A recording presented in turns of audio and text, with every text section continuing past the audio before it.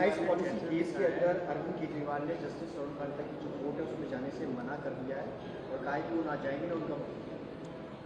देखिए, मुझे लगता है कि केजरीवाल साहब उन लोगों में से हैं जो ये कहते हैं कि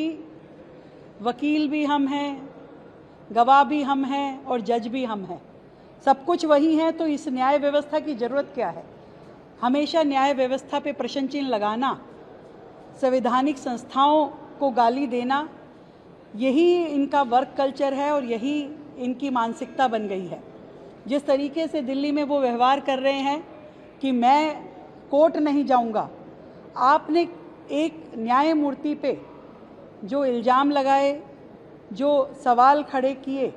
क्या ये आपको शोभा देता है? एक कल्प्रिट, एक गुनहगार जो कि शराब घोटाले में लिप्त है, जिसके ऊपर इतनी बड़ी चार्जशीट है, वो व्यक्ति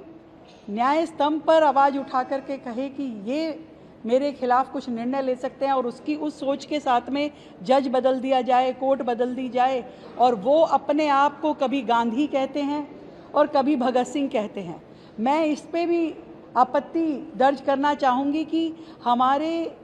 देश की इतनी बड़ी हस्तियाँ, महात्मा गांधी, हमारे सरदार शहीद आज़म भगत सिंह जी, उनसे अपने आप को कंपेयर करते हुए जिस तरीके से ये व्यक्ति अपने आप को उपाधि देते हैं, ये सच में बड़ी शर्मनाक बात है। एक तो जिसे कहें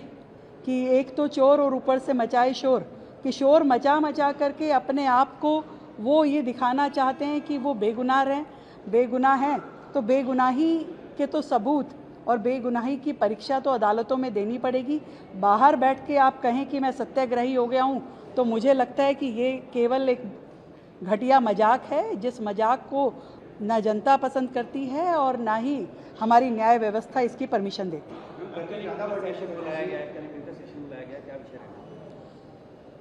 देश की सभी महिलाएं इंतजार कर रही थी कि 33% रिजर्वेशन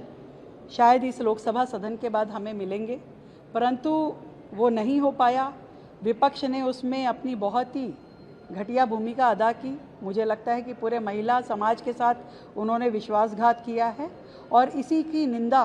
करने के लिए ये हमारा विशेष सत्र है, जिसमें हम विपक्ष के खिलाफ निंदा प्रस्ताव पारित करेंगे।